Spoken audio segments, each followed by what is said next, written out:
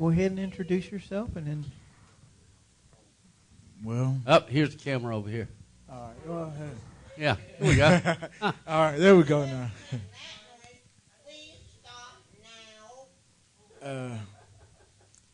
My name is Jamal Brown, and this is my testimony.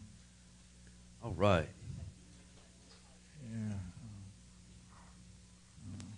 Go, jump in with both feet. I guess it all started when maybe a month and a half, almost 2 months ago. I was outside cutting grass one day, got really hot and came in. Actually, I'm telling the story wrong. It happened one Sunday morning.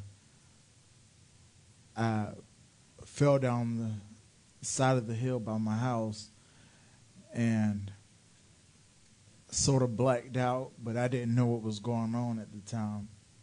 So, stayed home from church that day, whatever. And the next day, I just started going downhill. I may have ate something that day, and it caused me to be in severe pain. Like I was laying on the couch, doubled over in stomach pain. It got to the point where I couldn't stand up in the shower by myself. I couldn't go to the bathroom. I mean, I was just in pain, in serious pain. Tuesday comes around, and it's just getting worse and worse. And Tuesday night, I start becoming lethargic and kind of losing my mind. I don't know, Mama gave me something to take for my stomach pains, and she went in the kitchen, made me some tea. When she turned around, I was laying on the floor, and blood was coming out of my mouth. And she stopped then and called the ambulance, called the paramedics. By the time they got there, I was already dead. They couldn't find a pulse. They brought me back and rushed me to Richland Memorial Hospital. I died twice at the hospital. And the second time I died, I was at the hospital, and I was fortunate enough to have an out-of-body experience, and I got to see my aunt praying for me, and I guess as time goes by, I remember it more vividly. I was talking about it this morning while I was outside of my body. I still remember exactly how she had her hair, exactly what she was wearing, exactly where she was sitting at. I remember all of that. But the thing that sticks out most to me is that I felt no fear whenever I was outside of the body. I felt no fear. I felt easy and peaceful, and it was warm, and I saw a bright light. A lot of people say, they see a bright light, sitting in the sky waiting for them. It wasn't like that. It was just like a light surrounding everything and everyone. But whenever they brought me back, I found out that I had been diagnosed with type 1 diabetes and pancreatitis. And for those of you who don't know what pancreatitis is, it's when your pancreas is completely swollen near the edge of, splitting open. But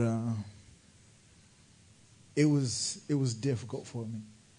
It was very difficult. I don't like hospitals to begin with. I told my pastor that I'm the person who goes and visits people in the hospital, not the one laying in the hospital bed. But they put me in ICU for 2 days until I kind of regained my senses and all. When they moved me to a regular room, it just seemed like things started to get worse. I had to learn how to walk again. I felt like I was completely useless because I couldn't even turn over in the hospital bed by myself.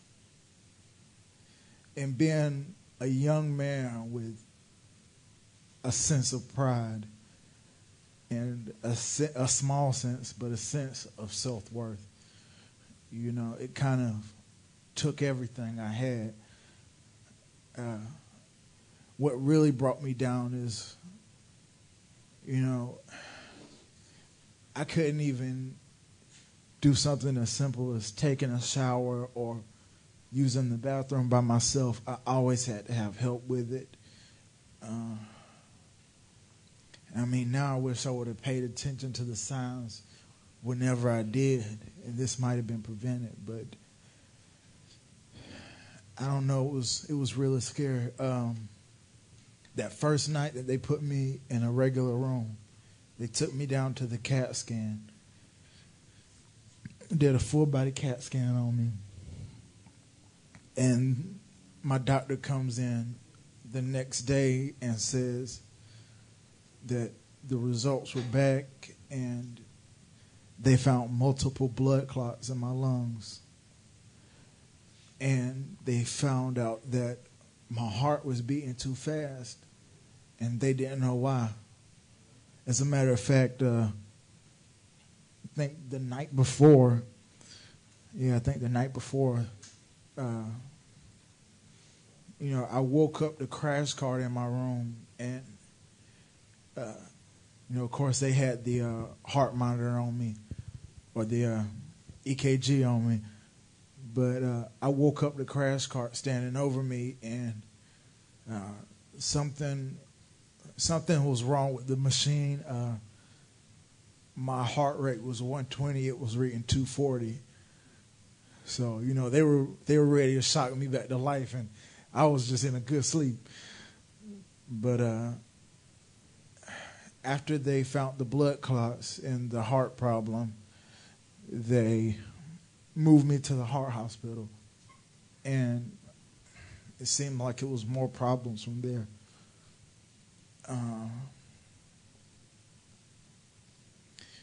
They came in about 2 days later and did an ultrasound on both of my legs. The doctor comes back, or the nurse comes back in the room a couple hours later, next day, something like that. And he says they found more blood clots in my right leg. So I'm having to deal with blood clots in both of my lungs and in my right leg at the same time. And I realize now it could have been a lot worse. And I realize that it should have been a lot worse. The blood clots could have easily broke off and traveled to my heart or to my brain. But they didn't. But when the nurse came in the room and said that they found the blood clots in my leg, that was just whenever I had reached my breaking point. And I just couldn't take it anymore. I sat there and cried. And that was when I had no choice but to give it all over to God. I just told him I can't handle it anymore. It's all or nothing now. And I was fortunate enough to be able to make peace with God while I was in the hospital.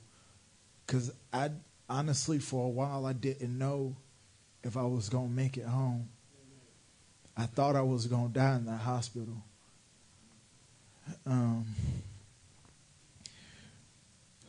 It was a rough experience because every day they were changing something new.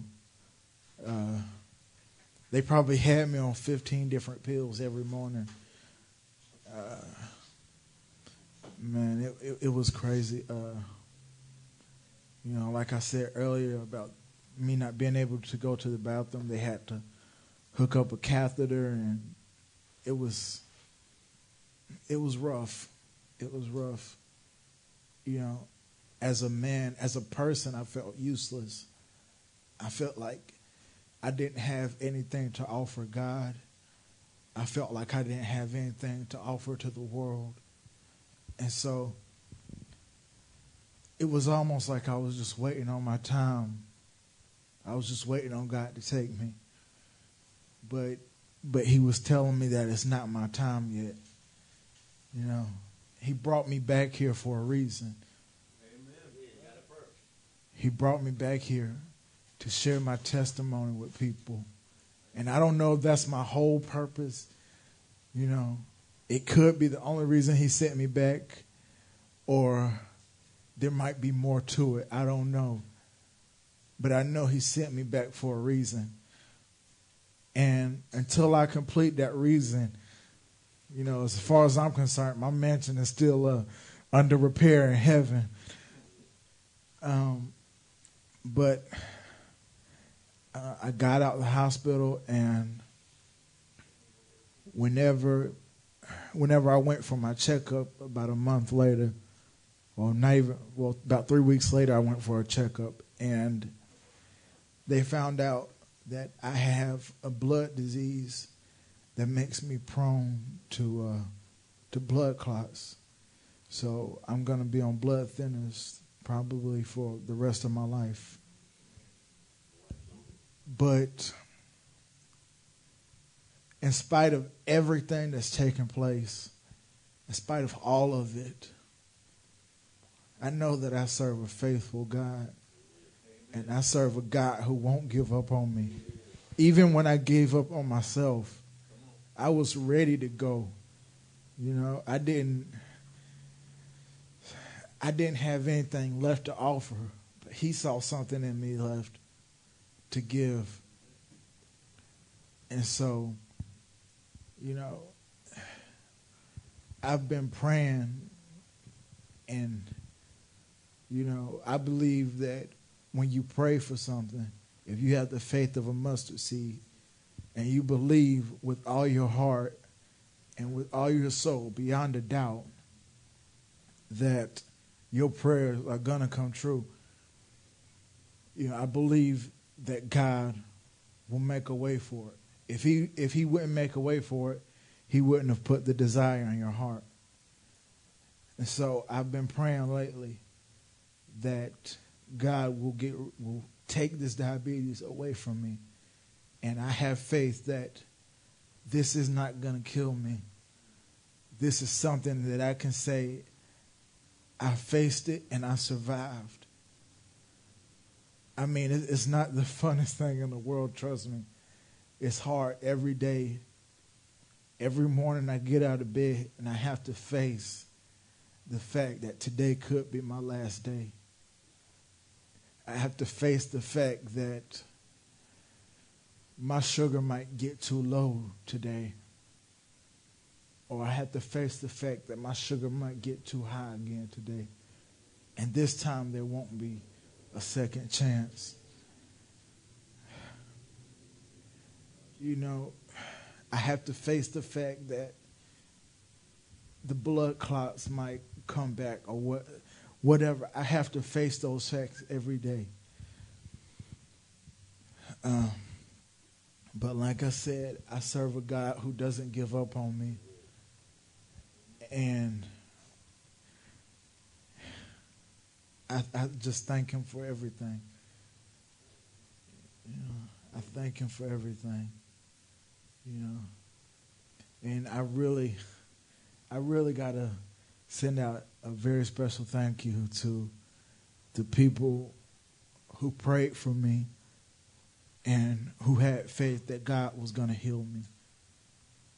The people who prayed for me, who have sent cards, who came to visit in the hospital, who came to visit whenever I was home.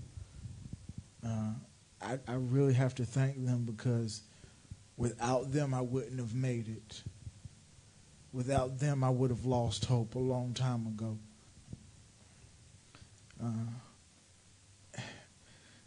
It's an incredible experience. This is something that I don't wish upon nobody. Nobody should have to go through something like this.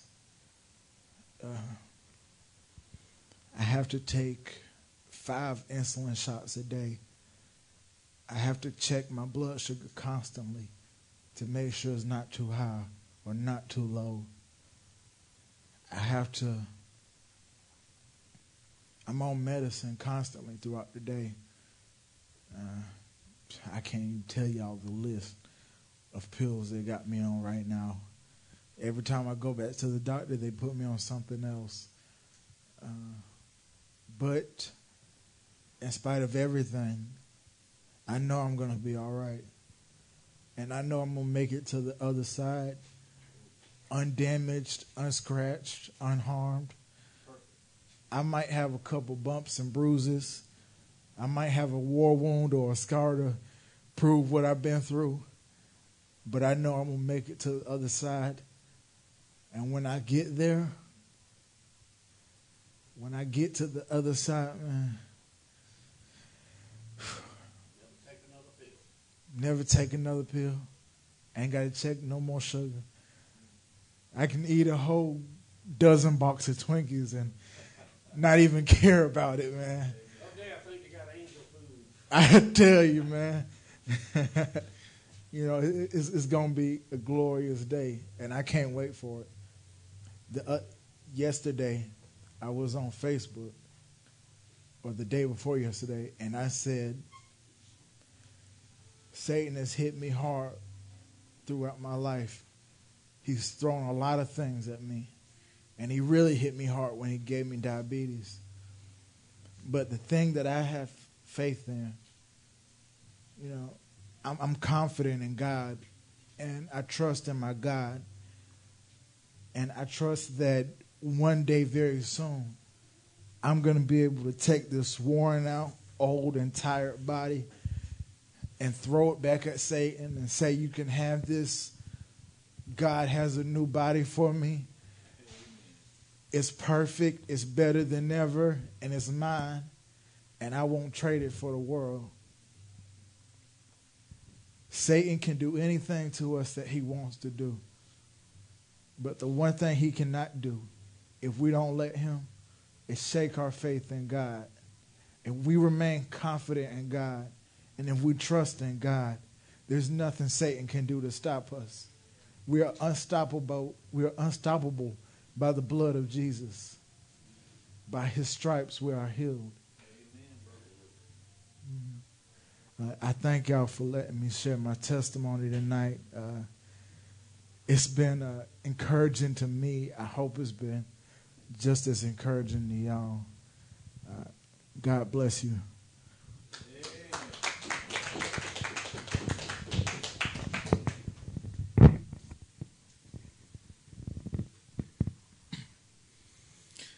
They tell me Jesus died for my transgressions, that he paid the price a long, long time ago, that he gave his life for me on a hill called Calvary. But there's something I want to know. Does he still feel the nails every time I fail?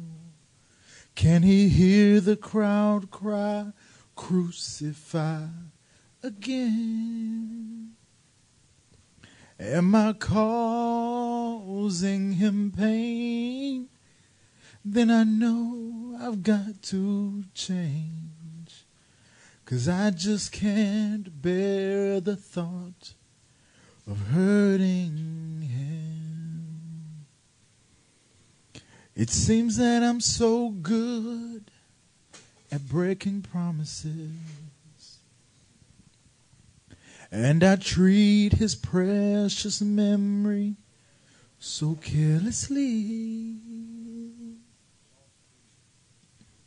But each time he forgives, what if he relives the agony he felt on that tree? Does he still feel the nails every time I fail? Can he hear the crowd cry, crucify again? Am I causing him pain? Then I know I've got to change. 'Cause I just can't bear the thought of hurting him. Holy, holy,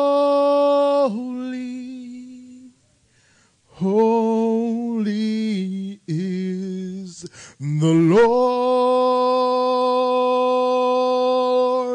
Holy, holy,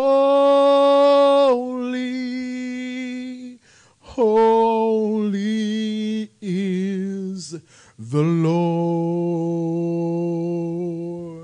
Do you still feel the nails every time I fail? Have I crucified you, Jesus, with my sins? Oh, I'm tired of playing games.